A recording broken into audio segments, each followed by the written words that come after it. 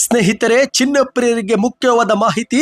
ಕರ್ನಾಟಕದ ಈ 7 ಜಿಲ್ಲೆಗಳ ಪ್ರದೇಶಗಳಲ್ಲಿ ಚಿನ್ನಕ್ಕಾಗಿ ಹುಡುಕಾಟಕ್ಕೆ ಮುಂದಾದ ಸರ್ಕಾರ ಬಂಗಾರದ ತವರೂರು ಆಗಲಿದೆಯಂತೆ ಕರ್ನಾಡು. ಏನಿದು ಮಾಹಿತಿ ನೋಡೋಣ. ಇನ್ನು ಚಿನ್ನ ಬೆಳ್ಳಿ ಖರೀದಿಸುವ ಪ್ಲಾನ್ ಇದ್ರೆ ಈ ಒಂದು ಮಾಹಿತಿ ಪೂರ್ತಿಯಾಗಿ ನೋಡಿ. ವಿಡಿಯೋ ಶುರು ಮಾಡೋಕ್ಕಿಂತ ಮೊದಲು ನೀವು ನಮ್ಮ ಚಾನಲ್ಗೆ ಮೊದಲು ಬಾರಿ ಭೇಟಿ ಕೊಡ್ತಾ ಇದ್ರೆ ದಯವಿಟ್ಟು ಸಬ್ಸ್ಕ್ರೈಬ್ ಬಟನ್ ಕ್ಲಿಕ್ ಮಾಡಿ. ಪಕ್ಕದಲ್ಲಿ ಒಂದು ಗಂಟೆ ಕಾಣಿಸುತ್ತೆ, ಅದು ಕೂಡ ಒತ್ತಿದ್ರೆ ರಾಜ್ಯದ ಮುಖ್ಯವಾದ ಮಾಹಿತಿಗಳು ನಿಮಗೆ ಸಿಗುತ್ತಿರುತ್ತವೆ. ಈ ಒಂದು ವಿಡಿಯೋವನ್ನು ಲೈಕ್ ಮಾಡಿ ಮತ್ತು ನಿಮ್ಮ ಗೆಳೆಯರಿಗೂ ಕೂಡ ಮಾಹಿತಿ ಶೇರ್ ಮಾಡಿ. ಹೌದು ಸ್ನೇಹಿತರೆ, ಕರ್ನಾಟಕ ರಾಜ್ಯದ 7 ಜಿಲ್ಲೆಗಳ ಈ ಪ್ರದೇಶಗಳಲ್ಲಿ ಚಿನ್ನಕ್ಕಾಗಿ ಸರ್ಕಾರ ಹುಡುಕಾಟ ಮಾಡಲು ಮುಂದಾಗಿದೆ. ಹೌದು, ಒಂದು ವೇಳೆ ಈ 7 ಜಿಲ್ಲೆಗಳ ಪ್ರದೇಶಗಳಲ್ಲಿ ಚಿನ್ನದ ನಿಕ್ಷೇಪಗಳು ಪತ್ತೆಯಾದ್ರೆ ಆಗ ಕರ್ನಾಟಕ ಚಿನ್ನದ ಉತ್ಪಾದನೆಯಲ್ಲಿ ಮತ್ತಷ್ಟು ಮುಂಚೂಣಿಯಲ್ಲಿರಲಿದೆ ಎಂದು ಹೇಳಲಾಗಿದೆ. ಸ್ನೇಹಿತರೆ, ಕರ್ನಾಟಕವು ಚಿನ್ನ ಉತ್ಪಾದನೆಯ ಪ್ರಮುಖ ರಾಜ್ಯವಾಗಿದೆ. ಹೌದು, ರಾಯಚೂರು ಜಿಲ್ಲೆಯ ಲಿಂಗಸೂರು ತಾಲೂಕಿನ 20 ಕಿಲೋಮೀಟರ್ ದೂರದಲ್ಲಿರುವ ಹಟ್ಟಿಯಲ್ಲಿ ಚಿನ್ನದ ಗಣಿಗಾರಿಕೆ ನಡೀತಾ ಇದೆ. ಮತ್ತೊಂದೆಡೆಯಲ್ಲಿ ಕೋಲಾರದ KGF ನಲ್ಲಿ ಸದ್ಯಕ್ಕೆ ಚಿನ್ನದ ಗಣಿಗಾರಿಕೆ ಸ್ಥಗಿತಗೊಂಡಿದೆ. ಇಂತಹ ಸಮಯದಲ್ಲಿ ಕರ್ನಾಟಕದ 6 ಜಿಲ್ಲೆಗಳಲ್ಲಿ ಮತ್ತೆ ಚಿನ್ನದ ಹುಡುಕಾಟಕ್ಕೆ ಕೇಂದ್ರದ ಸರ್ಕಾರ ಮುಂದಾಗಿದೆ. ಒಂದು ವೇಳೆ ಈ ಜಿಲ್ಲೆಗಳಲ್ಲಿ ಚಿನ್ನದ ನಿಕ್ಷೇಪಗಳು ಏನಾದರೂ ಪತ್ತೆ ಆದ್ರೆ ಆಗ ಕರುನಾಡು ಚಿನ್ನದ ಬೀಡು ಆಗೋದು ಮಾತ್ರ ಪಕ್ಕ. ಹೌದು, ಈಗಾಗಲೇ ಕೇಂದ್ರ ಸರ್ಕಾರದ ತಂಡವು ಕರ್ನಾಟಕದ 6 ಜಿಲ್ಲೆಗಳ ನಿರ್ದಿಷ್ಟ ಪ್ರದೇಶಗಳಲ್ಲಿ ಹುಡುಕಾಟ ಆರಂಭ ಮಾಡಿದೆ. ಕೇಂದ್ರ ಸರ್ಕಾರದ ಆದೇಶ ಮೇಲೆ ಅನ್ವೇಷಣಾ ಸಂಸ್ಥೆಗಳು ಕರ್ನಾಟಕದಲ್ಲಿ ಸಂಶೋಧನೆ ನಡೆಸ್ತಾ ಇವೆ.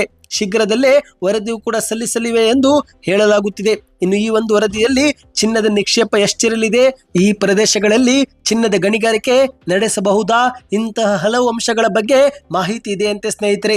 ಹೌದು, ಹಾಗಾದ್ರೆ ಕರ್ನಾಟಕದ ಯಾವೆಲ್ಲ ಜಿಲ್ಲೆಗಳಲ್ಲಿ ಈ ಒಂದು ಸಂಶೋಧನೆ ಮಾಡಲಾಗುತ್ತಿದೆ ಅಂದ್ರೆ, ಮೊದಲಿಗೆ ಕೊಪ್ಪಳದ ಕಿಲ್ಲರಹಟ್ಟಿ, ಎರಡನೇದಾಗಿ ಹಾವೇರಿಯ ನಾಗವಂದ ಮತ್ತು ಕಾಕೋಳ, ಮೂರನೇದಾಗಿ ದಾವಣಗೆರೆಯ ಕುದುರೆಕೊಂಡ ಮತ್ತು ಹಳ್ಳವನಗಳ್ಳಿ, ನಾಲ್ಕನೇದಾಗಿ ಬಳ್ಳಾರಿಯ ಸಿರಿಗೆರೆ ಚಿನ್ನ ಕ್ಷೇತ್ರ, ಐದನೇದಾಗಿ ಚಿಕ್ಕಮಗಳೂರಿನ ಕಳಶಾಪುರ, ಆರನೇದಾಗಿ ಹಾಸನದ ರಂಗಾಪುರ ಮತ್ತು ಏಳನೇದಾಗಿ ಮಂಡ್ಯ ಜಿಲ್ಲೆಯ ಯಡಿಯೂರು. ಈ 7 ಜಿಲ್ಲೆಗಳಲ್ಲಿ ಚಿನ್ನದ ಅನ್ವೇಷಣೆ ಇದೆ ಎಂದು ಹೇಳಲಾಗುತ್ತಿದೆ ಸ್ನೇಹಿತರೆ. ಇನ್ನು ಅದೇ ರೀತಿ ಮಂಡ್ಯದ ಯಡಿಯೂರಿನಲ್ಲಿ ಚಿನ್ನ, ತಾಮ್ರ, ಅಲ್ಯೂಮಿನಿಯಂ ಮತ್ತು ಬೇಸ್ ಮೆಟಲ್ ಸಿಗಬಹುದು ಎಂದು ಹೇಳಲಾಗುತ್ತಿದೆ. ಚಿಕ್ಕಮಗಳೂರಿನ ಕಳಶಾಪುರದಲ್ಲಿ ಚಿನ್ನ ಸಿಗಬಹುದು ಎಂದು ಹೇಳಲಾಗಿದೆ.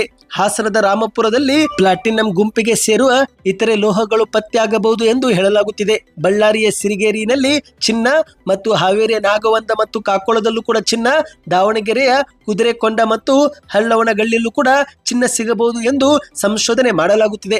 ಒಟ್ಟಿನಲ್ಲಿ ಸ್ನೇಹಿತರೆ, ಒಂದು ವೇಳೆ ಕರ್ನಾಟಕದ ಈ 7 ಜಿಲ್ಲೆಗಳಲ್ಲಿ ಚಿನ್ನದ ಅನ್ವೇಷಣೆಗಳು ಪತ್ತೆಯಾದ್ರೆ ಆಗ ಕರ್ನಾಟಕವು ಚಿನ್ನದ ತವರೂರು ಆಗಬಹುದು ಎಂದು ಹೇಳಲಾಗಿದೆ. ಇನ್ನೀಗ ಚಿನ್ನದ ಬೆಲೆಯ ಬಗ್ಗೆ ಮಾತನಾಡಬೇಕಂದ್ರೆ, ಮೇ 14 ಅಂದ್ರೆ ಬುಧವಾರದ ಮಾರುಕಟ್ಟೆಯ ಪ್ರಕಾರ ಚಿನ್ನ ಮತ್ತೆ ಸ್ವಲ್ಪ ಮಟ್ಟದಲ್ಲಿ ಇಳಿಕೆಯಾಗಿದೆ. ಹೌದು, ಇತ್ತೀಚಿನ ದಿನಗಳಲ್ಲಿ ಚಿನ್ನದ ಬೆಲೆಯು ಭಾರಿ ದೊಡ್ಡ ಮಟ್ಟದಲ್ಲಿ ಏರಿಕೆ ಮತ್ತು ಇಳಿಕೆಗಳು ಕಾಣುತ್ತಿವೆ ಸ್ನೇಹಿತರೆ. ಈಗ ಬುಧವಾರ ಬೆಂಗಳೂರಲ್ಲಿ 22 ಕ್ಯಾರೆಟ್ ಆಭರಣ ಚಿನ್ನವು 10 ಗ್ರಾಂಗೆ 88,050 ರೂಪಾಯಿ ಮುಟ್ಟಿದೆ. ಅದೇ ರೀತಿ 24 ಕ್ಯಾರೆಟ್ ಅಪರಂಜಿ ಚಿನ್ನವು ಪ್ರತಿ 10 ಗ್ರಾಂಗೆ 96,060 ರೂಪಾಯಿ ಆಗಿದೆ. ಒಟ್ಟಿನಲ್ಲಿ ಸ್ನೇಹಿತರೆ, ಚಿನ್ನದ ಬೆಲೆಯು ಮತ್ತೆ ದೊಡ್ಡ ಮಟ್ಟದಲ್ಲಿ ಏರಿಕೆ ಕಾಣಬಹುದು ಎಂದು ಅಂದಾಜು ಮಾಡಲಾಗಿದೆ. ಇನ್ನು ಭಾರತದ ಪ್ರಮುಖ ನಗರಗಳಲ್ಲಿ ಚಿನ್ನದ ಬೆಲೆ ನೋಡುವುದಾದ್ರೆ, ಬುಧವಾರ ಮಾರುಕಟ್ಟೆ ಪ್ರಕಾರ ಬೆಂಗಳೂರಿನಲ್ಲಿ 22 ಕ್ಯಾರೆಟ್ 88,050, ರಾಜಧಾನಿ ದೆಹಲಿಯಲ್ಲಿ 22 ಕ್ಯಾರೆಟ್ 10 ಗ್ರಾಂಗೆ 88,200, ಕೋಲ್ಕತ್ತಾದಲ್ಲಿ 22 ಕ್ಯಾರೆಟ್ 10 ಗ್ರಾಂಗೆ 88,050, ಅಹಮದಾಬಾದ್ನಲ್ಲಿ 88,100.